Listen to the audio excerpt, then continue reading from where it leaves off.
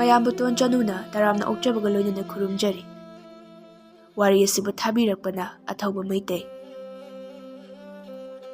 ꯊꯥꯏꯅ ꯃꯃꯥꯡꯉꯩꯗ ꯈꯨꯜ ꯑꯃꯗ ꯑꯍꯟꯕꯤ ꯀꯧꯕꯤ ꯁꯤꯕ ꯅꯥꯏꯗꯕꯤ ꯍꯅꯨꯕꯤ ꯑꯃ ꯂꯩꯔꯝꯃꯤ꯫ ꯍꯅꯨꯕꯤ ꯑꯗꯨ ꯅꯣꯡꯃ ꯁꯤꯒꯗꯧꯔꯦ ꯍꯥꯏꯗꯨꯅ ꯁꯨꯊꯥꯡꯗꯒꯤ ꯍꯧꯔꯒ ꯃꯁꯨ ꯃꯃꯧꯁꯤꯡꯗꯨ ꯐꯝꯂꯒ ꯍꯅꯨꯕꯤꯗꯨ ꯁꯤꯕ ꯉꯥꯏꯔꯝꯃꯤ꯫ ꯍꯅꯨꯕꯤꯗꯨꯒꯤ ꯃꯁꯨꯅ ꯄꯣꯛꯄ ꯁꯨꯊꯥꯡ ꯑꯃꯅ ꯃꯃꯥꯗ, "ꯏꯃꯥ, ꯏꯕꯣꯛꯁꯦ ꯀꯩꯗꯧꯔꯤꯅꯣ?" ꯃꯃꯥ ꯏꯕꯦꯇꯣꯟꯅ, "ꯑꯕꯦꯝꯃ, ꯕꯨꯕꯣꯛ ꯍꯥꯏꯒꯅꯨ, ꯏꯕꯦꯟ ꯍꯥꯏꯌꯨ." "ꯏꯕꯦꯟ ꯍꯥꯏꯔꯤꯁꯦ ꯀꯔꯤꯅꯣ ꯏꯃꯥ?"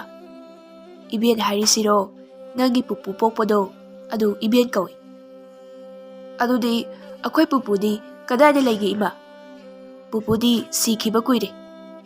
"ꯄꯨꯄꯨ ꯁꯤꯔꯒ ꯏꯕꯦꯟꯅ ꯀꯔꯤꯒꯤ ꯍꯤꯡꯉꯤꯅꯣ ꯏꯃꯥ?" ꯃꯃꯥ ꯏꯕꯦꯇꯣꯟꯅ ꯃꯆꯥꯅꯨꯄꯤꯒꯤ ꯃꯅꯥꯀꯣꯡꯗ ꯇꯨꯃꯤꯟꯅ, "ꯅꯪꯒꯤ ꯏꯕꯦꯟꯁꯦ ꯍꯤꯡꯆꯥꯕꯤꯅꯤꯅꯦ, ꯑꯗꯨꯒꯤ ꯁꯤꯌꯨ ꯌꯥꯗ꯭ꯔꯦ. ꯑꯩꯈꯣꯏꯅ ꯐꯝꯃꯤꯁꯦ ꯁꯤꯕ ꯉꯥꯏꯔꯤꯅꯤꯅꯦ." ꯍꯅꯨꯕꯤꯗꯨ ꯏꯕꯦꯇꯣꯟꯗ ꯃꯨꯟꯅ ꯌꯦꯡꯂꯒ ꯃꯈꯣꯟꯗꯨ ꯏꯅꯤꯛ ꯅꯤꯛꯅ ꯏꯕꯦꯇꯣꯟꯗ, "ꯀꯔꯤ ꯍꯥꯏꯔꯤꯕꯅꯣ ꯏꯕꯦꯇꯣꯟ, ꯅꯪꯅ ꯑꯃꯨꯛ ꯑꯉꯥꯡꯗꯨꯗ?" ꯏꯕꯦꯇꯣꯟꯅ ꯍꯅꯨꯕꯤꯗ, "ꯍꯣ ꯀꯔꯤꯁꯨ ꯍꯥꯏꯗꯤꯌꯦ ꯏꯕꯣꯛ. ꯏꯕꯣꯛꯁꯦ ꯆꯍꯤ ꯀꯌꯥ ꯁꯨꯔꯒꯦ ꯍꯪꯂꯤꯕ?" "ꯅꯆꯤꯟꯗꯣ ꯊꯤꯔꯅꯨ, ꯆꯩꯁꯨꯁꯤꯅ ꯂꯥꯝꯃꯒ ꯀꯜꯂꯛꯎꯔꯥ ꯍꯥ?" ꯏꯕꯦꯇꯣꯟꯗꯨ ꯁꯥꯎꯅꯤꯡꯂ ꯃꯥꯜꯂꯤ꯫ ꯃꯆꯥꯅꯨꯄꯤꯗꯨ ꯆꯤꯡꯊꯣꯛꯂꯒ ꯈꯔ ꯂꯥꯞꯅ ꯂꯩ ꯑꯗꯨꯒ ꯍꯅꯨꯕꯤꯗ, "ꯍꯣ ꯏꯕꯣꯛ, ꯅꯪꯁꯦ ꯁꯤꯒꯗꯧꯔꯕ꯭ꯔꯥ ꯍꯪꯂꯤꯕꯀꯣ ꯃꯥꯒꯤꯁꯦ." "ꯀꯔꯤ, ꯅꯣꯏꯅ ꯉꯁꯥꯏꯗꯒꯤ ꯏꯅꯥꯛꯇ ꯐꯝꯂꯤꯁꯤꯗꯤ ꯑꯩ ꯁꯤꯕ ꯉꯥꯏꯔꯤꯕꯣꯏꯔꯦ ꯍꯥ? ꯑꯗꯨꯗꯤ ꯁꯨꯡꯁꯤ ꯁꯤꯕꯤꯔꯣꯏ ꯈꯪꯅꯤ." ꯑꯍꯟꯕꯤꯗꯨ ꯍꯤꯞꯅ ꯍꯤꯞꯅ ꯃꯅꯥꯛꯇ ꯂꯩꯔꯤꯕ ꯑꯉꯥꯡꯁꯤꯡꯗꯨ ꯃꯈꯨꯠꯅ ꯀꯣꯏꯂꯥꯝ ꯂꯥꯝꯃꯤ꯫ ꯑꯉꯥꯡꯁꯤꯡꯗꯨ ꯂꯥꯎ ꯂꯥꯎꯗꯅ ꯀꯞꯇꯅ ꯆꯦꯟꯅꯩ꯫ ꯑꯉꯥꯡ ꯑꯃꯁꯨ ꯀꯞꯄꯒ ꯂꯥꯎꯔꯤ, "ꯏꯃꯥ, ꯑꯩ ꯄꯥꯝꯕꯤꯌꯣ. ꯇꯨ, ꯕꯨꯕꯣꯛꯅ ꯑꯩ ꯆꯥꯒꯦ ꯇꯧꯔꯤꯕ." ꯃꯦꯝ ꯑꯗꯨ ꯍꯅꯨꯕꯤꯗ ꯌꯦꯡꯂꯒ ꯌꯥꯝ ꯁꯥꯎꯅ, "ꯑꯉꯥꯡ ꯑꯃꯇꯪ ꯁꯣꯛꯄꯗ ꯍꯅꯨꯕꯤ, ꯅꯪ ꯑꯩꯅ ꯌꯣꯡꯈꯣꯛꯅ ꯊꯣꯝꯂꯒ ꯍꯥꯠꯀꯗꯕꯅꯤ ꯈꯪꯉꯨ. ꯀꯌꯥꯝ ꯀꯨꯏꯅꯕꯨ ꯍꯤꯡꯅꯤꯡꯂꯤꯕꯅꯣ ꯍꯤꯡꯆꯥꯕꯤꯁꯤꯗꯤ." ꯍꯅꯨꯕꯤꯗꯨ ꯁꯥꯎꯅꯤꯡꯃꯟꯗꯅ ꯃꯌꯥ ꯑꯃꯠꯇ ꯌꯥꯎꯗ꯭ꯔꯕ ꯌꯥꯔꯤꯗꯨ ꯍꯤꯒꯠꯂꯒ ꯃꯦꯝꯗ ꯅꯣꯛꯁꯤꯜꯂꯤ, "ꯆꯪꯂꯛꯎꯅꯦ ꯅꯣꯏ." ꯃꯦꯝꯗꯤ ꯍꯅꯨꯕꯤꯗꯨꯒꯤ ꯃꯑꯣꯡꯗꯨ ꯍꯩꯅꯗꯕꯅꯁꯨ ꯂꯣꯏꯔꯝꯃꯤ꯫ ꯃꯊꯣꯡ ꯆꯥꯗꯕ ꯃꯁꯨ ꯅꯨꯄꯥ ꯑꯃꯅ ꯍꯅꯨꯕꯤ ꯑꯗꯨꯒꯤ ꯃꯅꯥꯛꯇ ꯆꯦꯟꯁꯤꯜꯂꯒ ꯃꯃꯥꯏꯗ ꯈꯨꯄꯥꯛꯅ ꯁꯦꯠ ꯂꯥꯎꯅ ꯊꯥꯖꯤꯜꯂꯝꯂꯒ ꯑꯃꯨꯛ ꯆꯦꯟꯊꯣꯔꯛꯏ꯫ ꯏꯕꯦꯇꯣꯟꯅ ꯁꯅꯥꯊꯣꯏꯗ, "ꯁꯅꯥꯊꯣꯏ, ꯑꯩꯅ ꯍꯅꯨꯕꯤꯁꯤꯒꯤ ꯃꯅꯥꯛꯇ ꯆꯪꯒꯅꯨ ꯍꯥꯏꯕ ꯅꯠꯇ꯭ꯔ ꯅꯪ ꯍꯥ?" ꯁꯅꯥꯊꯣꯏꯅ, "ꯏꯃꯥ, ꯕꯨꯕꯣꯛꯁꯦ ꯆꯍꯤ ꯀꯌꯥ ꯁꯨꯔꯒꯦ?" "ꯕꯨꯕꯣꯛ ꯍꯥꯏꯕ ꯅꯠꯇꯦ, ꯍꯩ, ꯏꯕꯦꯟ ꯍꯥꯏꯌꯨ. ꯆꯍꯤ 140 ꯁꯨꯔꯦ ꯍꯥꯏꯕꯅꯤ." "ꯑꯗꯣ ꯏꯃꯥ, ꯏꯕꯦꯟꯁꯦ ꯌꯦꯡꯕꯗ ꯌꯥꯝ ꯀꯤꯀꯣ. ꯃꯌꯥꯁꯨ ꯌꯥꯎꯗ꯭ꯔꯦ, ꯃꯃꯤꯠꯁꯨ ꯀꯨꯠꯁꯤꯠ ꯀꯨꯠꯂꯤ, ꯃꯇꯣꯡꯁꯨ ꯑꯝꯇ ꯌꯥꯎꯗ꯭ꯔꯦ, ꯁꯔꯨ ꯉꯥꯛꯇ." ꯍꯅꯨꯕꯤꯗꯨꯅ ꯁꯅꯥꯊꯣꯏꯗ ꯈꯨꯗꯣꯝꯕꯤ ꯁꯤꯡꯂꯒ ꯃꯁꯥꯗꯨ ꯐꯔ ꯐꯔ ꯅꯣꯝꯂꯒ ꯑꯃꯨꯛ ꯍꯧꯒꯠꯂꯛꯏ꯫ ꯑꯉꯥꯡ ꯃꯆꯥ ꯃꯆꯥꯁꯤꯡꯗꯨ ꯀꯣꯏꯆꯦꯟ ꯑꯃꯨꯛ ꯆꯦꯜꯂꯤ꯫ ꯑꯍꯟꯕꯤꯒꯤ ꯃꯆꯥꯅꯨꯄꯥ ꯑꯇꯣꯝꯕ ꯃꯪꯒꯤꯗꯨ ꯆꯪꯂꯛꯏ꯫ ꯃꯪꯒꯤꯅ ꯃꯃꯥ ꯑꯍꯟꯕꯤꯗ, "ꯏꯃꯥ, ꯑꯃꯥꯏꯕ ꯂꯥꯛꯂꯅꯤ, ꯉꯥꯏꯍꯥꯛꯇ ꯐꯖꯅ ꯄꯣꯊꯥꯎꯁꯦ." "ꯑꯩꯗꯤ ꯑꯃꯥꯏꯕ ꯄꯥꯝꯗꯦ, ꯑꯉꯥꯡ ꯄꯥꯝꯃꯤ. ꯇꯨ, ꯑꯁꯤꯗꯒꯤ ꯀꯥꯆꯤꯟꯗ ꯂꯦꯞꯄꯤꯁꯦ ꯑꯁꯤ ꯄꯨꯔꯛꯎ." ꯑꯕꯦꯝꯃꯗꯨ ꯀꯞꯄꯒ ꯏꯕꯦꯇꯣꯟꯒꯤ ꯃꯅꯥꯛꯇ ꯆꯦꯟꯁꯤꯟꯈꯤ꯫ ꯏꯕꯦꯇꯣꯟꯅ, "ꯕꯥꯖꯤ." "ꯏꯕꯦꯇꯣꯟ, ꯑꯍꯟ ꯑꯣꯏꯕꯒꯤ ꯄꯉꯥꯡ ꯉꯥꯡꯂꯤꯅꯤ. ꯃꯥꯒꯤ ꯃꯑꯣꯡꯁꯤꯗꯤ ꯑꯉꯥꯡꯁꯤꯡꯁꯦ ꯂꯣꯏꯅ ꯀꯤꯅꯔꯦ. ꯕꯥꯖꯤꯇꯣꯟ, ꯍꯅꯨꯕꯤꯗꯣ ꯀꯗꯥꯏꯗꯅꯣꯃ ꯊꯝꯈ꯭ꯔꯣꯗ, ꯌꯥꯝ ꯍꯩꯅꯗ꯭ꯔꯦ ꯑꯣꯏꯕ." ꯍꯅꯨꯕꯤꯗꯨ ꯁꯣꯔ ꯐꯤꯐꯥ ꯐꯤꯐꯥ ꯍꯣꯜꯂꯒ ꯏꯕꯦꯇꯣꯟꯗ ꯌꯥꯝ ꯁꯥꯎꯅꯤꯡꯅ ꯌꯦꯡꯉꯤ꯫ ꯃꯥꯏꯕꯁꯨ ꯂꯥꯛꯂꯦ ꯑꯗꯨꯒ ꯍꯅꯨꯕꯤꯒꯤ ꯃꯅꯥꯛꯇ ꯐꯝꯃꯒ ꯃꯤꯍꯨꯟ ꯌꯦꯡꯉꯤ꯫ ꯃꯥꯏꯕ ꯇꯣꯃꯥꯜꯅ ꯍꯅꯨꯕꯤꯗ, "ꯁꯤꯗꯤ ꯃꯤꯍꯨꯟ ꯂꯩꯇ꯭ꯔꯦꯅꯦ. ꯆꯍꯤꯁꯤꯒ ꯍꯥꯏꯔꯗꯤ ꯑꯅꯤꯔꯛꯄꯨ ꯁꯤꯕ ꯌꯥꯔꯦꯗ ꯏꯅꯦ ꯅꯪꯗꯤ. ꯁꯤꯈ꯭ꯔꯣꯗ." ꯍꯅꯨꯕꯤꯗꯨ ꯃꯥꯏꯕ ꯇꯣꯃꯥꯜꯅ ꯌꯦꯡꯂꯒ ꯈꯨꯇꯨꯝ ꯇꯥꯏ꯫ ꯃꯪꯒꯤꯗꯤ ꯃꯃꯥ ꯑꯣꯏꯕꯅꯤꯅ ꯁꯤꯍꯟꯅꯤꯡꯗ꯭ꯔꯤ꯫ ꯃꯪꯒꯤꯅ ꯃꯃꯥꯗ, "ꯏꯃꯥ, ꯍꯧꯖꯤꯛꯄꯨ ꯀꯔꯤ ꯆꯥꯅꯤꯡꯒꯦ?" ꯍꯅꯨꯕꯤꯗꯨꯗꯤ ꯃꯪꯒꯤꯅ ꯀꯔꯤ ꯆꯥꯅꯤꯡꯒꯦ ꯍꯪꯕꯗꯨꯗ ꯁꯦꯔꯥꯟ ꯇꯨꯔꯥꯟꯕ ꯋꯥꯈꯜ ꯑꯃꯗ ꯆꯠꯈ꯭ꯔꯦ꯫ ꯍꯅꯨꯕꯤꯅ ꯃꯈꯣꯟ ꯏꯅꯤꯛ ꯅꯤꯛꯅ, "ꯀꯔꯤꯁꯨ ꯆꯥꯅꯤꯡꯗꯦ. ꯁꯤꯁꯨ ꯁꯤꯕꯤꯔꯣꯏꯅꯦ ꯑꯩꯗꯤ. ꯑꯉꯥꯡ ꯈꯔꯒꯤ ꯃꯅꯪꯒꯟꯗ ꯅꯥꯟꯊꯔꯒ ꯁꯣꯔ ꯁꯠꯂꯒ ꯂꯣꯏꯔꯦ ꯑꯩꯒꯤꯗꯤ." "ꯏꯍꯦ, ꯏꯃꯥ, ꯍꯛꯆꯥꯡ ꯀꯟꯅꯕꯒꯤ ꯋꯥꯅꯤꯅꯦ. ꯑꯩꯅ ꯍꯪꯂꯤꯕꯁꯤꯗꯤ ꯑꯗꯨꯒꯨꯝꯕ ꯑꯣꯏꯔꯣꯏꯗꯕ ꯐꯥꯒꯤ ꯃꯥꯟꯕ ꯋꯥꯗꯣ ꯉꯥꯡꯂꯅꯨ꯫ ꯃꯥꯏꯕ ꯇꯣꯃꯥꯜꯅ ꯃꯪꯒꯤꯗ ꯇꯞꯅ ꯗꯥꯗꯥ, ꯍꯟꯗꯛꯇꯤ ꯀꯟꯕ ꯉꯝꯂꯔꯣꯏ꯫ ꯃꯤ ꯑꯅꯤꯒꯤ ꯄꯨꯟꯁꯤꯁꯨ ꯍꯤꯡꯂꯤ꯫ ꯂꯝ ꯀꯟꯅꯕꯅꯤ, ꯄꯨꯈꯝ ꯇꯦꯡꯀꯣꯠ ꯌꯥꯝꯅꯕꯅꯤ, ꯀꯥꯟꯅꯗꯦ꯫ ꯑꯩꯅ ꯑꯗꯨꯝ ꯂꯣꯏꯁꯤꯟꯕꯤꯔꯝꯃꯣ ꯍꯥꯏꯔꯁꯨ ꯂꯣꯏꯁꯤꯟꯕꯤꯔꯝꯂꯒꯦ ꯇꯥꯗ꯫ ꯑꯗꯨ ꯌꯥꯗ꯭ꯔꯤ ꯇꯣꯃꯥꯜ, ꯂꯥꯏꯅ ꯍꯤꯡꯍꯟꯕꯅꯤ, ꯑꯗꯨꯝ ꯍꯤꯡꯖꯁꯅꯨ꯫ ꯑꯗꯣ ꯑꯉꯥꯡ ꯅꯨꯕꯤꯁꯤꯡꯁꯤꯗꯤ ꯈꯔ ꯆꯦꯛꯁꯤꯜꯂꯨꯀꯣ ꯇꯥꯗ, ꯏꯅꯦꯒꯤ ꯃꯅꯥꯛꯇ ꯆꯪꯍꯟꯒꯅꯨ꯫ ꯃꯪꯒꯤꯅ ꯇꯣꯃꯥꯜꯗ ꯀꯔꯤꯅꯣꯗ ꯇꯣꯃꯥꯜ, ꯃꯗꯨ ꯑꯣꯏꯕ ꯌꯥꯕ ꯅꯠꯇꯦꯗ꯫ ꯂꯩꯋꯥ ꯁꯥꯟꯅꯔꯒ ꯆꯍꯤ ꯁꯥꯡꯗꯣꯛꯏ ꯍꯥꯏꯔꯤꯗꯨꯕꯣ꯫ ꯇꯥꯗ, ꯈꯔ ꯊꯥꯖꯕꯁꯨ ꯐꯩꯀꯣ, ꯑꯩꯅ ꯊꯦꯡꯅꯕ ꯌꯥꯝ ꯂꯩꯈ꯭ꯔꯦ꯫ ꯏꯅꯦ, ꯑꯩ ꯍꯤꯗꯥꯛ ꯑꯃ ꯊꯥꯔꯝꯒꯦ꯫ ꯁꯤꯁꯦ ꯆꯥꯔꯒ ꯑꯔꯥꯝ ꯈꯧꯔꯥꯡꯕ ꯄꯣꯛꯂꯛꯀꯅꯤ꯫ ꯆꯥꯅꯤꯡ ꯊꯛꯅꯤꯡꯕ ꯐꯥꯎꯔꯤꯉꯩ ꯆꯥꯛꯇꯣ ꯈꯔ ꯆꯥꯁꯤꯜꯂꯨꯀꯣ꯫ ꯇꯥꯗ, ꯑꯩ ꯆꯠꯂꯒꯦ꯫ ꯅꯨꯃꯤꯗꯥꯡ ꯋꯥꯏꯔꯝꯅꯤ꯫ ꯏꯕꯦꯇꯣꯟ, ꯃꯦꯝꯃ, ꯑꯕꯦꯝꯃ, ꯁꯅꯥꯊꯣꯏ ꯃꯈꯣꯏꯁꯤꯡꯗꯨ ꯄꯨꯟꯅ ꯀꯩꯊꯦꯜ ꯀꯥꯈꯤ꯫ ꯃꯪꯒꯤꯁꯨ ꯃꯃꯥꯒꯤ ꯍꯤꯗꯥꯛꯇꯨ ꯄꯤꯖꯔꯝꯂꯒ ꯊꯣꯛꯈ꯭ꯔꯦ꯫ ꯑꯗꯨꯕꯨ ꯃꯦꯝꯃꯒꯤ ꯃꯆꯥꯅꯨꯄꯥ ꯄꯤꯛꯇ꯭ꯔꯨꯗꯨꯗꯤ ꯐꯃꯨꯡꯗ ꯁꯨꯝꯂꯒ ꯊꯅꯝꯃꯤ꯫ ꯇꯟꯖꯥꯗꯨꯗ ꯍꯅꯨꯕꯤꯗꯨ ꯃꯥꯏꯕꯒꯤ ꯍꯤꯗꯥꯛꯇꯨ ꯆꯥꯁꯤꯜꯂꯨꯕꯗꯒꯤ ꯑꯔꯥꯝ ꯈꯧꯔꯥꯡꯕ ꯐꯥꯎꯔꯛꯇꯅ ꯃꯤ ꯀꯧꯕ ꯍꯧꯔꯛꯂꯦ꯫ ꯃꯪꯒꯤ, ꯇꯥꯕ꯭ꯔꯣ ꯅꯪꯕꯣ? ꯏꯍꯦ, ꯑꯩꯕꯨ ꯆꯥꯛ ꯂꯥꯝꯃꯤꯅꯦ ꯅꯣꯏꯕꯣ꯫ ꯏꯕꯦꯇꯣꯟ, ꯃꯦꯝꯃ, ꯅꯈꯣꯏꯕꯨ ꯀꯅꯥꯝꯇ ꯂꯩꯇ꯭ꯔꯕ꯭ꯔꯅꯦ? ꯍꯅꯨꯕꯤꯗꯨꯅ ꯀꯧꯃꯟꯕꯗꯨꯅ ꯄꯤꯛꯇ꯭ꯔꯨꯗꯨ ꯃꯤꯀꯞ ꯊꯣꯛꯂꯛꯑꯦ꯫ ꯍꯅꯨꯕꯤꯗꯨꯁꯨ ꯆꯥꯛꯇꯨ ꯂꯥꯝꯃꯟꯗꯅ ꯐꯃꯨꯡꯗꯒꯤ ꯅꯣꯝꯂꯤ ꯍꯥꯏꯔꯤ ꯁꯪꯂꯒ ꯍꯧꯒꯠꯂꯛꯏ꯫ ꯏꯃꯥ ꯏꯄꯦꯝꯃ, ꯆꯩꯁꯨꯁꯤꯗꯤ ꯀꯗꯥꯏꯗ ꯂꯩꯈ꯭ꯔꯦ ꯍꯥ? ꯄꯤꯛꯇ꯭ꯔꯨꯗꯨ ꯃꯃꯥ ꯂꯩꯔꯝꯗꯕꯗꯨꯗ ꯀꯞꯂꯛꯏ꯫ ꯍꯅꯨꯕꯤꯅ ꯏꯁ, ꯑꯉꯥꯡꯅꯤꯅ ꯀꯞꯂꯤꯕꯁꯤꯗꯤ ꯀꯗꯥꯏꯋꯥꯏꯗꯅꯣ? ꯀꯅꯥꯒꯤ ꯏꯃꯨꯡꯗꯅꯣ? ꯍꯅꯨꯕꯤꯗꯨ ꯀꯣꯜꯂꯤ ꯃꯈ꯭ꯋꯥꯡꯗꯨ ꯃꯦꯠꯂꯒ ꯆꯩꯁꯨꯗꯨ ꯇꯣꯛ ꯁꯨꯔꯒ ꯌꯨꯝꯖꯥꯎꯒꯤ ꯀꯥꯁꯤꯡꯗꯨꯗ ꯆꯪꯗꯅ ꯌꯦꯡꯉꯤ꯫ ꯀꯅꯥꯝꯇꯁꯨ ꯂꯩꯇꯦꯅꯦ꯫ ꯑꯉꯥꯡꯗꯨꯅ ꯀꯗꯥꯏꯗꯒꯤ ꯀꯞꯂꯛꯏꯕ ꯍꯥ? ꯃꯊ꯭ꯋꯥꯏꯗꯣ ꯁꯠꯂꯒ ꯆꯍꯤ 3-4ꯇꯒ ꯏꯟꯊꯣꯛꯄ ꯌꯥꯕ꯭ꯔꯥ ꯌꯦꯡꯒꯦ ꯑꯩꯁꯦ꯫ ꯄꯤꯛꯇ꯭ꯔꯨꯗꯨ ꯃꯦꯝꯃꯒꯤ ꯀꯥꯗꯒꯤ ꯑꯃꯨꯛ ꯀꯞꯂꯛꯏ꯫ ꯁꯤꯗꯤ ꯃꯦꯝꯃꯒꯤ ꯀꯥꯗꯒꯤꯅꯤꯅ꯫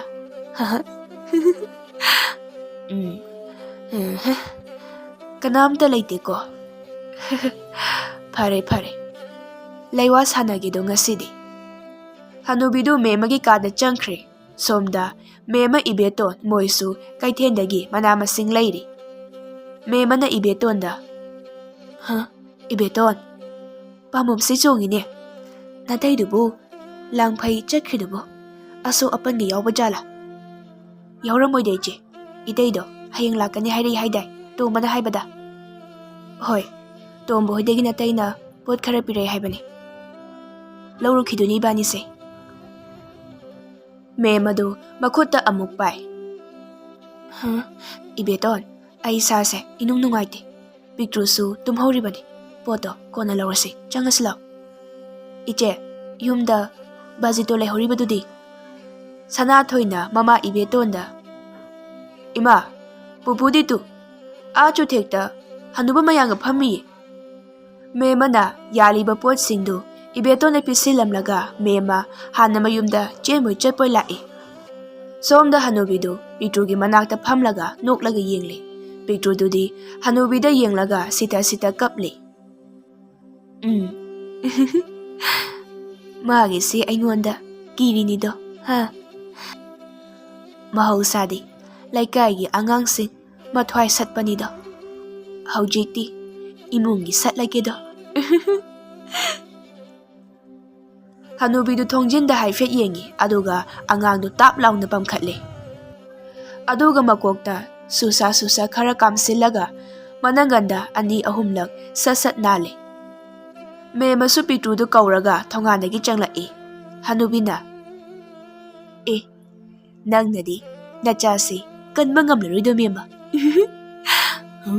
ꯆꯠꯍꯧꯔꯒꯦ꯫ ꯍꯅꯨꯕꯤꯗꯨ ꯆꯩꯁꯨꯗꯨ ꯀꯣꯛ ꯁꯨꯔꯒ ꯃꯥꯒꯤ ꯂꯩꯐꯝꯂꯣꯝꯗ ꯆꯦꯟꯁꯤꯟꯈꯤ꯫ ꯃꯦꯃꯅ ꯆꯪꯂꯛꯄꯗ ꯍꯅꯨꯕꯤꯗꯨ ꯆꯦꯟꯁꯤꯟꯈꯤꯕꯗꯨ ꯍꯥꯏꯐꯦꯠ ꯎꯍꯧꯏ꯫ ꯄꯤꯛꯇ꯭ꯔꯨꯗꯨ ꯃꯌꯥꯗꯨ ꯀꯥꯔꯒ ꯃꯃꯤꯠ ꯑꯅꯤꯗꯨ ꯑꯣꯔꯣꯟ ꯇꯧꯔꯒ ꯈꯞ ꯈꯞ ꯆꯤꯡꯂꯒ ꯂꯩꯔꯝꯃꯤ꯫ ꯃꯦꯃꯅ ꯄꯤꯛꯇ꯭ꯔꯨꯗꯨ ꯀꯣꯜꯂꯒ ꯀꯞꯄꯤ꯫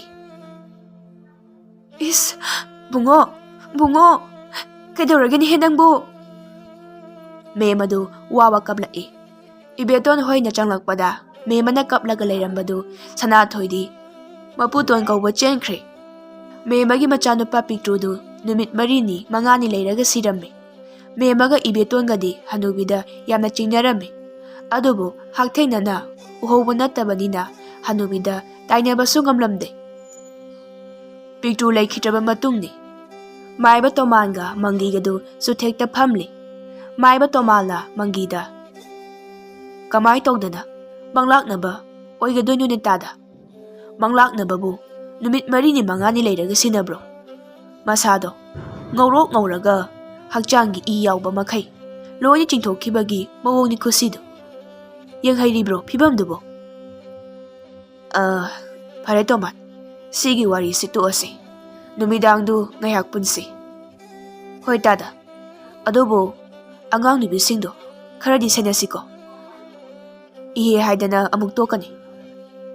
ꯃꯦꯃ ꯏꯕꯦꯇꯣꯟꯗꯤ ꯍꯅꯨꯕꯤꯒꯤ ꯃꯅꯥꯛꯇ ꯆꯪꯈꯤꯗ꯭ꯔꯦ꯫ ꯑꯉꯥꯡꯁꯤꯡꯁꯨ ꯑꯃꯠꯇ ꯆꯪꯍꯟꯗ꯭ꯔꯦ ꯃꯣꯏ ꯑꯅꯤꯅ꯫ ꯅꯣꯡꯃ ꯏꯕꯦꯇꯣꯟꯒꯤ ꯅꯨꯄꯥ ꯃꯅꯤꯗꯨ ꯍꯅꯨꯕꯤꯒꯤ ꯃꯅꯥꯛꯇ ꯆꯥꯛ ꯄꯤꯕ ꯆꯪꯂꯤ꯫ ꯃꯅꯤꯅ "ꯏꯕꯣ, ꯄꯥꯛꯅꯝꯁꯨ ꯌꯥꯎꯔꯕꯅꯤ.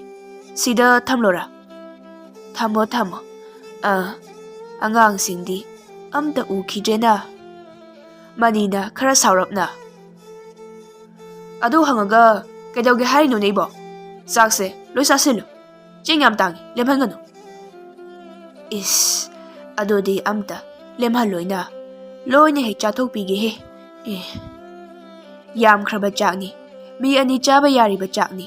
ꯑꯍꯟꯕꯤꯅ ꯒꯤꯒꯤꯠ ꯅꯝꯂꯒ ꯂꯣꯏ ꯆꯥꯊꯣꯛꯂꯝꯃꯤ꯫ ꯃꯅꯤꯅ ꯍꯅꯨꯕꯤꯗ ꯈꯥꯅ ꯌꯦꯡꯂꯒ "ꯇꯟꯖꯥ ꯆꯥꯔꯤꯉꯩꯁꯤꯗ ꯃꯁꯤꯕꯨ ꯐꯤꯕꯨꯟ ꯅꯝꯂꯒ ꯍꯥꯠꯂꯁꯤꯔꯅꯦ ꯏꯕꯣ? ꯃꯔꯥꯏꯅ ꯆꯥꯛ ꯆꯥꯕꯗ ꯐꯨꯜꯂꯒ ꯁꯤꯕ ꯃꯥꯟꯖꯅꯤ." ꯍꯅꯨꯕꯤꯗꯨ ꯆꯥꯛꯇꯨ ꯁꯥꯏꯕ ꯂꯦꯞꯄꯤ꯫ ꯑꯗꯨꯒ ꯄꯨꯈꯝꯗꯨ ꯈꯣꯠꯂꯒ ꯃꯅꯤꯅ ꯃꯨꯔꯨꯝ ꯃꯨꯔꯨꯝ ꯁꯣꯜꯂꯤꯕꯗꯨ ꯇꯥꯅꯕ ꯍꯣꯠꯅꯔꯤ꯫ ꯃꯅꯤꯅ ꯍꯅꯨꯕꯤꯗ "ꯀꯩꯗꯧꯔꯦ ꯏꯕꯣ? ꯁꯝꯒ ꯌꯥꯎꯔꯕ ꯆꯥꯛꯇꯨꯕꯣ ꯍꯥ?" "ꯅꯠꯇꯦ, ꯌꯥꯎꯗꯦ." "ꯆꯥꯛ ꯂꯧꯔꯨꯈ꯭ꯔꯣ ꯍꯥ?" "ꯈꯤꯇꯪꯒ ꯊꯥꯗꯔꯛꯈꯤꯒꯦꯔꯥ?" "ꯌꯥꯏꯌꯦ." ꯆꯍꯤ 3-4ꯒꯤ ꯃꯇꯨꯡꯗꯅꯤ ꯑꯍꯟꯕꯤꯗꯨ ꯄꯤꯛꯇ꯭ꯔꯨꯒꯤ ꯃꯊ꯭ꯋꯥꯏ ꯂꯧꯈ꯭ꯔꯕ ꯃꯇꯨꯡ ꯆꯠꯄ ꯂꯦꯡꯕ ꯉꯝꯂꯦ꯫ ꯂꯩꯀꯥꯏ ꯀꯣꯏꯕ ꯍꯧꯔꯦ꯫ ꯑꯍꯟꯕꯤ ꯂꯥꯛꯄꯗ ꯂꯩꯀꯥꯏꯒꯤ ꯅꯨꯄꯤ ꯑꯉꯥꯡꯁꯤꯡ ꯍꯣꯠꯇꯅ ꯆꯦꯟꯅꯕꯁꯨ ꯌꯥꯎꯔꯤ꯫ ꯑꯍꯟꯕꯤꯒꯤ ꯂꯩꯀꯥꯏꯗ ꯁꯅꯥꯊꯣꯏꯒ ꯇꯤꯟꯅꯕ, ꯃꯣꯔꯥꯝꯕ ꯀꯧꯕ, ꯂꯥꯏꯇꯤꯟ ꯀꯤꯗꯕ, ꯀꯥꯔꯟ ꯌꯥꯝꯅ ꯇꯥꯕ ꯅꯨꯄꯥ ꯃꯆꯥ ꯑꯃ ꯂꯩꯔꯝꯃꯦ꯫ ꯁꯅꯥꯊꯣꯏꯒ ꯃꯣꯔꯥꯝꯕꯒ ꯃꯊꯣꯡ ꯆꯥꯗꯕꯁꯨ ꯌꯥꯝꯅꯁꯨ ꯃꯥꯟꯅꯩ꯫ ꯃꯣꯔꯥꯝꯕꯒ ꯁꯅꯥꯊꯣꯏꯒ ꯅꯣꯡꯃ ꯆꯥꯛ ꯈꯨꯂꯪ ꯇꯧꯅꯩ꯫ ꯁꯅꯥꯊꯣꯏꯅ ꯃꯣꯔꯥꯝꯕꯗ "ꯑꯣ, ꯑꯩꯈꯣꯏ ꯏꯕꯦꯟꯗꯤ ꯆꯥꯛ ꯈꯨꯠꯆꯥ ꯑꯃꯅꯤꯕꯨ ꯃꯣꯔꯥꯝꯕ. ꯑꯩꯈꯣꯏ ꯄꯤꯛꯇ꯭ꯔꯨꯗꯣ ꯃꯥꯅ ꯍꯥꯠꯄꯅꯤ ꯍꯥꯏ, ꯑꯩꯈꯣꯏ ꯏꯃꯥꯆꯧꯕꯤꯅ. ꯑꯗꯨꯒ ꯄꯤꯛꯇ꯭ꯔꯨ ꯁꯤꯈ꯭ꯔꯀꯥꯟ ꯏꯕꯦꯟꯗꯣ ꯃꯁꯥ ꯑꯃꯨꯛ ꯀꯟꯈꯠꯂꯤ ꯍꯥꯏꯕꯣ. ꯏꯕꯦꯟꯅ ꯄꯤꯛꯇ꯭ꯔꯨꯒꯤ ꯃꯄꯨꯟꯁꯤꯗꯣ ꯁꯠꯂꯒ ꯃꯉꯣꯟꯗ ꯍꯥꯞꯄꯅꯤ ꯍꯥꯏꯕꯣ." "ꯑꯑꯣꯏꯕꯒꯤꯔꯣ ꯍꯥꯏꯁꯦ?" "ꯑꯧ, ꯅꯣꯏ ꯄꯤꯛꯇ꯭ꯔꯨ ꯁꯤꯕꯗꯣ ꯌꯥꯝ ꯀꯤꯀꯣ. ꯏ ꯑꯃꯠꯇ ꯌꯥꯎꯔꯝꯗꯦ ꯍꯥꯏꯀꯣ." "ꯑꯗꯨꯃꯥꯏ ꯍꯥꯏ. ꯑꯗꯣ ꯃꯣꯔꯥꯝꯕ, ꯆꯥꯛ ꯂꯥꯝꯃꯦ. ꯅꯣꯏꯒꯤ ꯆꯥꯛꯇꯣ ꯍꯥꯟꯅ ꯆꯥꯔꯨꯁꯦ. ꯑꯩꯈꯣꯏꯒꯤꯗꯤ ꯍꯣꯔꯦꯟ ꯀꯣꯟꯅ ꯍꯅꯨꯕꯤꯗꯣ ꯄꯤꯖꯕ ꯂꯣꯏꯔꯒ ꯑꯗꯨꯝ ꯆꯥꯏ. ꯑꯩꯗꯤ ꯃꯅꯥꯛꯇ ꯆꯪꯗ꯭ꯔꯤ." "ꯍꯣꯏ, ꯆꯥꯎꯔꯁꯦ." "ꯀꯩꯒꯤ ꯆꯪꯗ꯭ꯔꯤꯅꯣ ꯁꯅꯥꯊꯣꯏ? ꯃꯁꯛꯇꯣ ꯀꯤꯕꯩ ꯆꯪꯗ꯭ꯔꯤꯕ." "ꯑꯩ ꯆꯪꯒꯦꯅꯦ ꯑꯗꯨꯗꯤ." ꯁꯅꯥꯊꯣꯏꯒ ꯃꯣꯔꯥꯝꯕꯒ ꯂꯥꯛꯏ꯫ ꯃꯣꯔꯥꯝꯕ ꯍꯣꯏꯗ ꯆꯥꯛ ꯆꯥꯅ ꯆꯥꯅ ꯃꯈꯨꯠꯋꯣ ꯃꯁꯥꯋꯣ ꯇꯧꯗꯅ ꯀꯔꯤ ꯋꯥꯔꯤꯅꯣ ꯁꯥꯟꯅꯔꯤ꯫ ꯑꯗꯨꯒ ꯆꯥꯛꯇꯣ ꯑꯃꯨꯛꯁꯨ ꯍꯨꯛꯅꯔꯤ꯫ ꯃꯣꯔꯥꯝꯕꯅ "ꯑꯗꯨꯗꯤ ꯑꯩ ꯍꯣꯔꯦꯟ ꯅꯣꯏꯒꯤ ꯏꯕꯦꯟꯒꯤ ꯉꯥꯔꯧꯗꯣ ꯂꯧꯊꯣꯛꯀꯦ, ꯑꯗꯨꯒ ꯆꯥꯊꯣꯛꯁꯤ." "ꯑꯧ, ꯑꯩꯈꯣꯏ ꯏꯄꯨꯇꯣꯟꯅꯀꯣ ꯍꯅꯨꯕꯤꯁꯤꯗꯤ ꯁꯤꯗ ꯀꯨꯏꯗ꯭ꯔꯕꯅꯤ, ꯅꯣꯏꯗꯤ ꯀꯣꯟꯅ ꯆꯥꯔꯁꯨ ꯌꯥꯏ ꯍꯥꯏꯔꯒ ꯍꯅꯨꯕꯤꯗ ꯂꯣꯏꯅ ꯍꯦꯛꯇ ꯄꯤꯖꯈꯤ." ꯃꯣꯔꯥꯝꯕꯗꯨ ꯃꯉꯛꯀ ꯅꯣꯝꯂꯒ ꯋꯥꯈꯜ ꯑꯃ ꯈꯟꯕꯒꯤ ꯃꯑꯣꯡꯗ ꯆꯥꯛꯇꯨ ꯍꯨꯛꯂꯒ ꯁꯥꯏꯔꯤ꯫ ꯑꯗꯨꯒ ꯃꯈꯨꯠꯇꯨ ꯊꯦꯛꯂꯒ ꯃꯁꯤꯡꯀ ꯊꯤꯔꯤ꯫ ꯁꯅꯥꯊꯣꯏꯒ ꯃꯣꯔꯥꯝꯕꯒꯗꯨ ꯏꯕꯦꯇꯣꯟꯒꯤ ꯃꯅꯥꯛꯇ ꯆꯪꯉꯤ꯫ ꯏꯕꯦꯇꯣꯟꯅ ꯁꯅꯥꯊꯣꯏꯗ ꯆꯥꯛꯇꯤ ꯂꯣꯏꯒꯗꯕ ꯋꯥꯠꯂꯤꯅꯦ ꯁꯅꯥꯊꯣꯏ. ꯁꯅꯥꯊꯣꯏꯅ ꯃꯃꯥ ꯏꯕꯦꯇꯣꯟꯗ ꯏꯃꯥ ꯍꯅꯨꯕꯤꯒꯤ ꯆꯥꯛꯇꯣ ꯑꯩꯈꯣꯏ ꯄꯤꯒꯦ ꯃꯣꯔꯥꯝꯕ ꯏꯕꯥꯅꯤ. ꯅꯄꯥꯅ ꯑꯗꯨꯝ ꯄꯤꯖꯁꯅꯨ. ꯅꯄꯥꯅ ꯍꯅꯨꯕꯤꯒꯤ ꯃꯅꯥꯛꯇ ꯆꯪꯂꯤꯁꯤꯁꯨ ꯁꯤꯡꯖꯪ ꯌꯦꯠꯄꯤꯕꯅꯤ ꯏꯕꯨꯡꯉꯣ. ꯃꯣꯔꯥꯝꯕꯗꯤ ꯍꯅꯨꯕꯤꯗꯨ ꯀꯗꯥꯏꯗ ꯂꯩꯒꯦꯅ ꯃꯉꯛꯇꯨ ꯂꯩ ꯂꯩꯗꯅ ꯌꯦꯡꯂꯤ. ꯃꯅꯤꯗꯨ ꯆꯪꯂꯛꯏ. ꯃꯅꯤꯅ ꯏꯕꯦꯇꯣꯟꯗ ꯆꯥꯛ ꯂꯣꯏꯔꯕ꯭ꯔꯥ ꯏꯕꯦꯇꯣꯟ? ꯃꯃꯥꯡ ꯊꯣꯡꯈꯣꯡꯒꯤ ꯅꯨꯄꯤꯗ ꯌꯥꯝꯅ ꯆꯣꯞꯄ ꯅꯨꯄꯤ ꯊꯤꯕ ꯐꯪꯗꯕ ꯏꯅꯥꯎꯆꯥꯗꯨ ꯁꯤꯔꯦ ꯍꯥꯏꯔꯤꯅꯦ. ꯉꯥꯏꯍꯥꯛꯇ ꯆꯠꯂꯨꯗꯕ ꯌꯥꯔꯣꯏꯅꯦ. ꯏꯕꯦꯇꯣꯟꯅ ꯃꯅꯤꯗ ꯍꯅꯨꯕꯤꯒꯤ ꯆꯥꯛꯁꯤꯗꯤ ꯀꯅꯥꯅ ꯄꯤꯗꯣꯏꯅꯣ ꯑꯗꯨꯗꯤ? ꯕꯥꯖꯤꯇꯣꯟꯗ ꯄꯤꯍꯜꯂꯨ. ꯕꯥꯖꯤꯇꯣꯟ ꯂꯥꯛꯇ꯭ꯔꯒꯅ ꯄꯤꯖꯔꯅꯨ. ꯆꯥꯛꯇꯣ ꯅꯨꯡ ꯈꯔ ꯍꯥꯞꯆꯤꯜꯂꯨ. ꯌꯥꯔꯤꯗꯨꯗ ꯊꯤꯟꯅꯕ. ꯍꯤꯡꯆꯥꯕꯤꯒꯤ ꯆꯥꯛꯊꯥꯎ ꯍꯟꯕꯗꯣ ꯃꯉꯥꯏꯔꯦ. ꯅꯣꯏ ꯑꯅꯤꯕꯨ ꯆꯥꯛ ꯉꯥꯏꯔꯤꯔꯣ ꯃꯣꯔꯥꯝꯕ? ꯍꯣꯏ ꯕꯥꯖꯤ, ꯑꯩꯈꯣꯏꯗ ꯊꯔꯣꯏ ꯊꯣꯡꯕ ꯆꯥꯔꯤ. ꯑꯗꯣ ꯍꯅꯨꯕꯤꯁꯦ ꯍꯥꯠꯂꯁꯤꯔꯣ ꯃꯣꯔꯥꯝꯕ? ꯏꯕꯦꯇꯣꯟꯗꯨ ꯁ꯭ꯋꯥꯏ ꯂꯥꯎꯏ. ꯑꯉꯥꯡꯁꯤꯡꯁꯤꯗ ꯑꯋꯣꯏꯕ ꯑꯃꯨꯛ ꯃꯥꯟꯈ꯭ꯔꯅꯤ. ꯀꯩꯅꯣꯅꯦ ꯃꯣꯏ ꯃꯄꯥꯁꯤꯕꯣ? ꯃꯦꯝꯃ ꯆꯪꯂꯛꯏ. ꯃꯦꯝꯃꯅ ꯏꯕꯦꯇꯣꯟ. ꯃꯅꯤ ꯈꯨꯗꯩꯗꯨꯒ ꯀꯗꯥꯏ ꯆꯠꯀꯗꯣꯏꯅꯣ?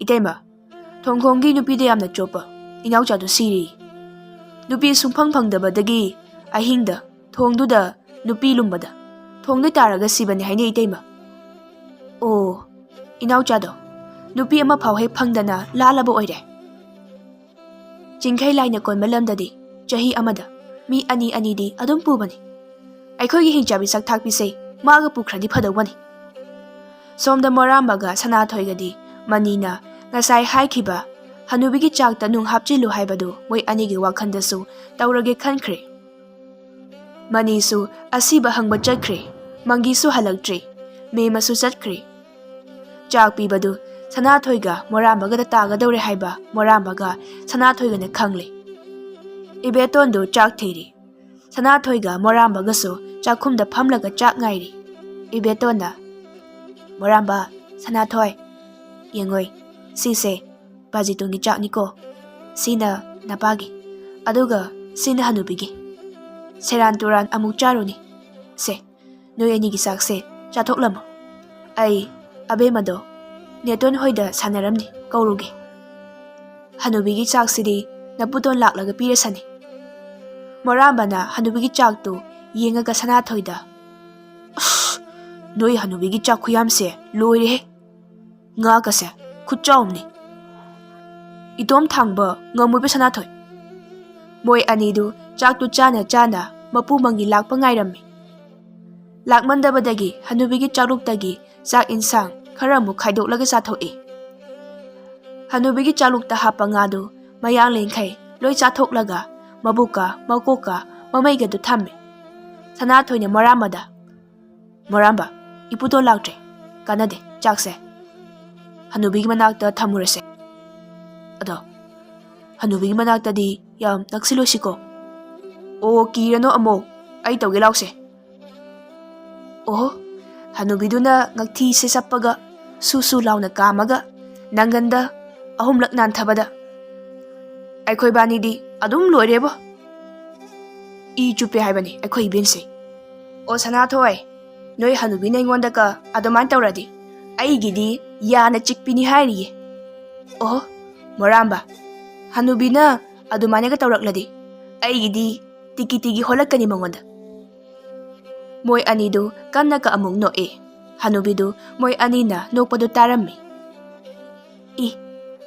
angangi makhoni ne sidi aduga nokli sisu sanathoiga aduga angang amaga ani sigi mathwaise satladi Chahi nipan mukti inthokani se chahi chamaga yankhaidi thomani aise somda morambaga sanathoiga su wari nungairi sanathoine morambada ado moramba mase yam kanbaningo na nomasu kangthondo thangatlaga saisu thileremi hai aikhoi baji ne chak pibu changbada adugi baji di singjang ama yepaga dum changi kaino aisibo yam kanbro aise Noi baji ne singjang yepido hanubido ahansu I thakpro haise kanbani Idi thakti. Chahi 19 manungda laiba angangsingdu khakni mana thawai satlise. Hanubigi kadagi hanubidu yamna sonba saraga laurai. Ai chak lamene noibo. Mangi. Mani. Icha nupaga isu nupaga mamingse aina haiphet manana thonjiludana aise ko ngaure. Mani na kanano mangi na karambano haiba khangdre. Ataba misu makok ngaurani. Aduna ichasa isusa ming thonmada wakhan munna khallaga tholuko ko ngaubani. Karigumba moi ani se lairamlaba punna senselakadoini. Ado manidi magi mananganda karigumba pot amadi adum yepagum tawi. Aduna mangonda wase ingangang bayadri. Pop launaga amuk tawramdana ay loidoini. Piklingay ginataysu khara charaktabani. Noongma ayna pamaga mathaydu satke tawrubani. Ado aygi oyna satke tawramdana mana.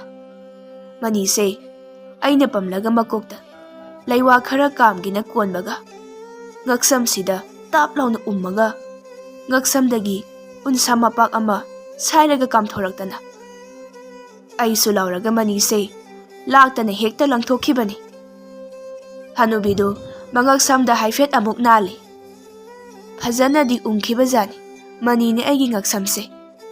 Hanubidu matomta wari tawringai morambaga Sanathoigadu hanubigi chaktu thanglaga lai. Hanubidu Sanathoiga morambaga ubada haifet kanoi. Lawo lawo sordo satkedo. Sanathoina morambada moramba ibense aikobani ubada noise yengutu. Chak purakpagi harawana te magise ibani ubagini harawrise. Nungkup hakiba natro uti thongbasida insang loina hapkhrabani. Hawai thongbadasu utidasu hapkhrabani. Ngadasu khara hapsiro. Haparoise amu halaga chatladi khangkhini. Nungkup machin tumada natro hapido Sanathoi. Mani thongana tabaduni. Chakse yam lume. Ibani pusi Sanathoi. Masa kanba midi lausingna hatkadabani. Noi bense aina kamani hatkiyo. Sanathoidu hanubida lapna yenglaga morambada hatowase moramba aduga ngatangmada ibani chak taptai chathokse. Hanubidu hitlambadagi hawgatlaga phame aduga morambaga Sanathoigadu khut khatlaga lawo lawo noyeni sida changlao. Amasina kanano Sanathoi. Ho morambane a thongkhonggi nauchado sire adugi sida aina lothaliba. Thongkhonggi naucha siraga madi sida karigi lothaliba ha. Sanathoidi piklingaidagi mathong yamna charaktaba angangni haujiksu pharak taba haurakle. Sanathoina hanubida mamit manadu khawang koyeng yenglaga hanubida tapna mana. Inauchado moramana ngarang mangak samdo laikhairaga hatokledana aduga turenda thadarura male. Adui sida lotoini. Morambadi Sanathoigi mawongduda mamitu lauthoklaga matindu kut launa yotle. Hanubidu morambada khauthak chaba haukhre. Lausing leiba morambani hanubigi mawongdu ubada morambana yam sathibagi mawongda hanubida yengi aduga Sanathoida wawa laukhin Sanathoi. Aikhoigi chingkhaine konba lamsidadi mi ama hatladi ani sudaba yade hai. Aduna mi ama hatkidaba watle. Kana hasigi Sanathoi. Morambadu pisum namaga thekatlaga hanubida yengi. Hanubidu morambada yengaga phamphamachi haifet lengi. Sanathoina hanubida iben sigi wase chinthokanuko kanamtada haiba yadeko. Ibena tumina laibada ibengi angang pigadoribani. Hanubidu yari anidu utlaga haifet kanoi. Doi anisu khangboire aina angangi mihun satli haibase ha moramba. Iben aini nauchagi mangak laikharido adugini. Hanubidu yaridu sat launa umseli aduga morambada ꯑꯦ ꯀꯔꯤꯒꯤ ꯑꯗꯨꯗꯤ ꯍꯥ ꯊꯣꯡꯈꯣꯡ ꯏꯅꯥꯎꯆꯥꯅꯅꯤꯅꯦ ꯂꯩꯀꯥꯏꯁꯤꯗ ꯏꯕꯦꯅ ꯑꯉꯥꯡꯒꯤ ꯃꯊ꯭ꯋꯥꯏ ꯁꯠꯂꯤꯅ ꯁꯟꯗꯣꯛꯂꯝꯂꯤꯁꯦ ꯑꯗꯨꯒꯤ ꯍꯥꯠꯇ ꯌꯥꯗꯗꯅ ꯍꯥꯠꯇꯣꯛꯈ꯭ꯔꯕꯅꯤ ꯑꯩꯅ ꯃꯣꯔꯥꯝꯕꯒ ꯁꯅꯥꯊꯣꯏꯒꯗꯨ ꯃꯤꯆꯤ ꯍꯥꯏꯐꯦꯠꯀ ꯈꯠꯅꯔꯒ ꯅꯣꯛꯑꯦ ꯍꯅꯨꯕꯤꯅ ꯁꯅꯥꯊꯣꯏꯗ ꯀꯔꯤꯅꯣ ꯅꯣꯏ ꯑꯅꯤꯅ ꯃꯤꯆꯤ ꯈꯠꯅꯔꯤꯗꯣ ꯍꯥ ꯁꯅꯥꯊꯣꯏꯅ ꯍꯅꯨꯕꯤꯗ ꯏꯅꯥꯎꯆꯥ ꯍꯥꯠꯄꯒꯤꯅꯦ ꯑꯗꯣꯏꯕꯣ ꯆꯥꯛꯁꯦ ꯆꯥꯊꯣꯛꯅꯕ ꯇꯧꯔꯁꯤ ꯀꯥꯏ ꯆꯥꯛꯇꯨ ꯄꯤꯔꯣ ꯅꯨꯡꯁꯤꯠ ꯑꯣꯜꯍꯟꯈ꯭ꯔꯒꯦ ꯃꯣꯔꯥꯝꯕ ꯅꯪꯗꯤ ꯏꯅꯥꯛꯇ ꯅꯛꯁꯤꯜꯂꯛꯀꯅꯨꯀꯤ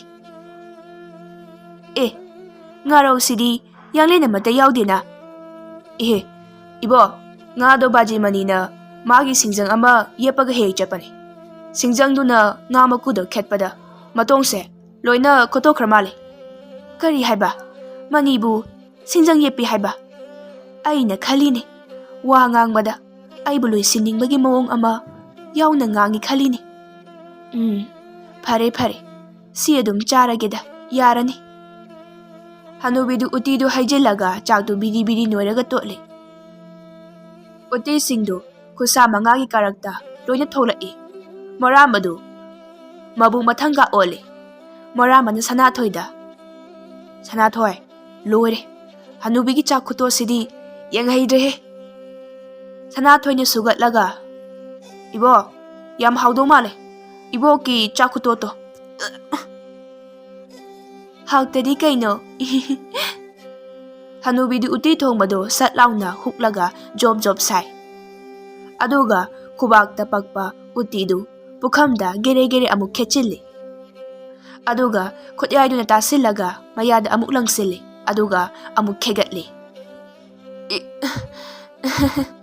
ꯍꯥꯎꯔꯦ ꯑꯗꯣ ꯏꯕꯦꯇꯣꯟꯗꯣ ꯅꯨꯡꯗꯤ ꯃꯥꯜꯍꯧꯗ꯭ꯔꯕ꯭ꯔꯥ ꯀꯔꯤꯅꯣ ꯆꯥꯕ ꯈꯤꯇꯪꯗꯤ ꯅꯨꯡꯉꯥꯏꯇꯦ ꯃꯣꯔꯥꯝꯕꯒ ꯁꯅꯥꯊꯣꯏꯒꯅ ꯍꯅꯨꯕꯤꯒꯤ ꯆꯥꯛꯇꯨ ꯅꯨꯃꯤꯠ ꯈꯨꯗꯤꯡꯒꯤ ꯄꯤꯖꯔꯝꯃꯤ ꯑꯗꯨꯒ ꯅꯨꯡꯀꯨꯞꯁꯨ ꯅꯨꯡꯇꯤꯒꯤ ꯍꯥꯞꯆꯤꯜꯂꯝꯃꯤ ꯅꯨꯡꯀꯨꯞꯁꯤꯡꯗꯨ ꯌꯥꯔꯤꯅ ꯁꯥꯏꯕꯒꯤ ꯌꯥꯔꯤꯗ ꯂꯣꯏꯅ ꯆꯪꯂꯦ ꯌꯥꯔꯤꯁꯨ ꯁꯦꯒꯥꯏꯔꯒ ꯏ ꯊꯣꯛꯄ ꯄꯣꯝꯈꯠꯄ ꯍꯧꯔꯛꯂꯦ ꯃꯪꯒꯤꯁꯨ ꯁꯅꯥꯊꯣꯏꯒ ꯃꯣꯔꯥꯝꯕꯒꯅ ꯍꯅꯨꯕꯤ ꯁꯦꯟꯅꯔꯤ ꯍꯥꯏꯕꯗꯨꯗ ꯍꯔꯥꯎꯖꯔꯝꯃꯤ ꯍꯅꯨꯕꯤꯒꯤ ꯃꯅꯥꯛꯇ ꯅꯣꯡꯃꯇ ꯐꯥꯎ ꯆꯪꯈꯤꯗ꯭ꯔꯤ ꯅꯣꯡꯃ ꯐꯥꯗꯣꯛ ꯊꯣꯡꯖꯤꯟꯗꯒꯤ ꯃꯃꯥ ꯑꯍꯟꯕꯤꯗ ꯍꯥꯏꯐꯦꯠ ꯀꯧꯔꯝꯂꯒ ꯊꯣꯛꯈꯤꯕ ꯑꯗꯨ ꯃꯉꯥꯏꯔꯦ ꯍꯅꯨꯕꯤꯅ ꯃꯆꯥꯅꯨꯄꯥ ꯑꯇꯣꯝꯕ ꯃꯪꯒꯤꯕꯨ ꯎꯍꯧꯕꯗ ꯍꯅꯨꯕꯤꯅ ꯃꯪꯒꯤꯗ ꯀꯧꯕꯒ ꯅꯪꯕ ꯖꯥꯠ ꯅꯠꯇꯦ ꯍꯅꯨꯕꯤꯗꯨ ꯁꯅꯥꯊꯣꯏꯒ ꯃꯣꯔꯥꯝꯕꯒꯅ ꯆꯥꯛ ꯆꯥꯕꯗ ꯅꯨꯡ ꯑꯗꯨꯝ ꯄꯤꯖꯔꯦ ꯍꯥꯏꯕ ꯈꯪꯂꯕꯁꯨ ꯃꯣꯔꯥꯝꯕꯒ ꯁꯅꯥꯊꯣꯏꯒꯅ ꯑꯉꯥꯡ ꯄꯤꯅꯤ ꯍꯥꯏꯖꯤꯜꯂꯝꯂꯒ ꯊꯦꯝꯂꯒ ꯅꯨꯡ ꯌꯥꯎꯕ ꯆꯥꯛꯇꯨ ꯑꯗꯨꯝ ꯄꯤꯖꯔꯝꯃꯤ ꯍꯅꯨꯕꯤꯁꯨ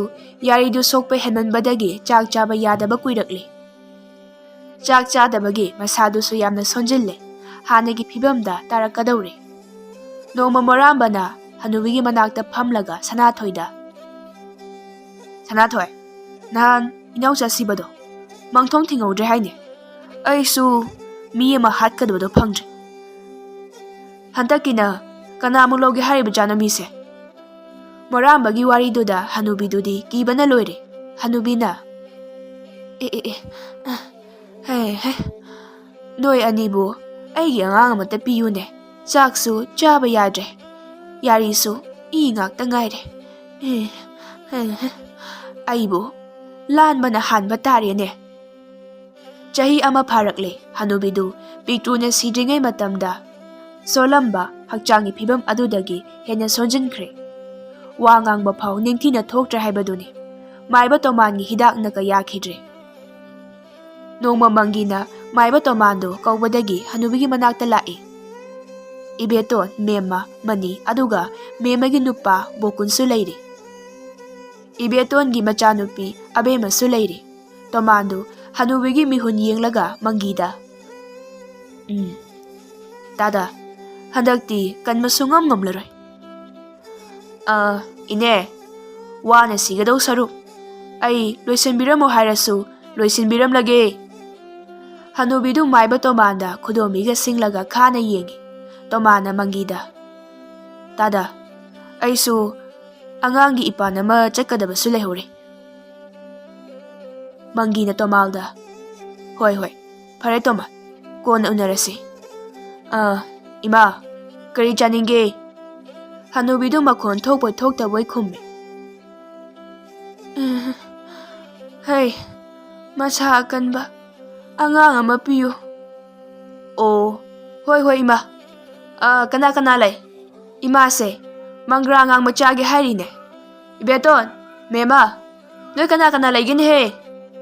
Hanubidi, masa kanba angang piyu hairaga mangra anganba oine hairakpaduda sauning bana loirammi. Hai, mangra haiba natte ne. Tu, asidagi angang ase piyu haibani. Hanubina kudomi thinbadu abemadani mangina. Oh, fare ima. Ibeton, Sanathoi moramagadu kauro hairiba male. Abema, nayamba nidu kauro. Mangra le heluge. Manina mangida. Baziton. Hayengsi thongkhonggi inauchagi phiroi thokla male. Sumang thelong khanbadu ngahakta yaubiruge. Aikhoigisu mi amagi sumang khandobu kuidrabani. Tachao, ngahakta leibiramo. Ai chalukhige. Bokul di ingak-ngakna manida yenglaga leihaubi. Bokul na manida.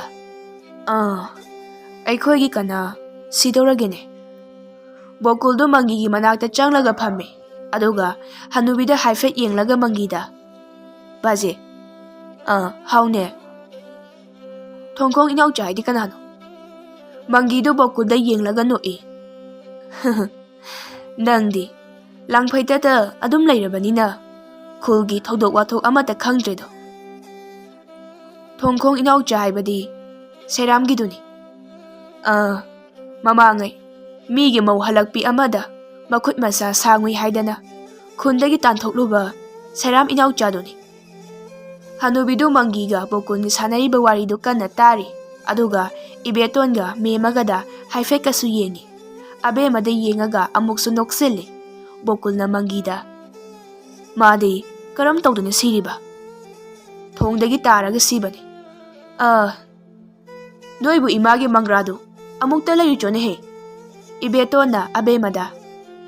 Bema lampakta moramaga nangi tasau Sanathoigi leiramni. Nabengi mangra khara kaithendagi lauro hayo. Ai tholaklaga seldo piragi hairei hayucho. Chenganuko tusini amuk. Abemadi hotana chenkre bokulna. Oh, lamchatugi hayuradi sikibana pharida. Mangina bokulda. Haiba kaidi. Madi nupido phanglatrabanina jat ki pamai thirakpa janida. Numidang khudingi leisabi mau nahasing thongduda lumaga aphangba ma hekta pharage khalaba jani. Hanubidu mangigi waridu thawai yauna tari mangina wari makha tarai. Aduda mau macha ama hek phage tawbaduda mau machaduna inbada inauchado thongdagi ture makhagi nungpaktuda taraga sibanina mau machaduna khunda sengdorakpani. Hanubidudi mangigi waridu tabada mayadu kongon kaba haurakli. Morambaga Sanathoigana Hanubida sanaramliba kumai singdu ningsinglaklaga makhong makhot singdu chap tinglaga mamit mana singdu oron tauraga laikhre. Bokunga mangigadi wari nungai khalakpa tanja haibadu oikhidana moi anidu onsinaraga wari tauringai Hanubiga kawkhre.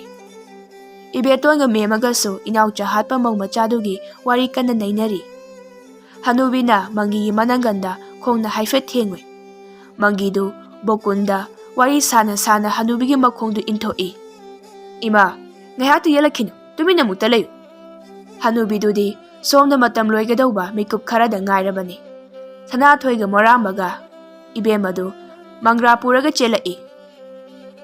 Ibetonga memagasu mangradu yalaga wari sadana chakhumlomna chumna adum changkhre. Sanathoidu abemagi makokta hotlaga Hanubida yenglaga noklaga morambasu abemagi makokta hotlaga Hanubida yenglaga nokli. Abemana tacho ibense jagoi sairo. Sanathoina morambada yenglaga abemada. Hoi, nabense mangra charamdagi haraurini adui jagoi saini. Morambana abemada. Hanubisina sariba jagoi sai. Kari jagoi kawi khangbra ha? Khangde. Aduro mangra jagoi kawi. ꯑꯩꯁꯨ ꯃꯪꯒ꯭ꯔꯥ ꯆꯥꯔꯗꯤ ꯏꯕꯦꯟꯗꯧꯅ ꯁꯨꯃꯥꯏꯅ ꯃꯪꯒ꯭ꯔꯥ ꯖꯒꯣꯏ ꯁꯥꯗꯣꯏꯔꯥ? ꯍꯣꯏ, ꯁꯥꯗꯣꯏꯅꯤ꯫ ꯕꯦꯝꯃ, ꯅꯪ ꯃꯪꯒ꯭ꯔꯥ ꯆꯥꯅꯤꯡꯕ꯭ꯔꯣ?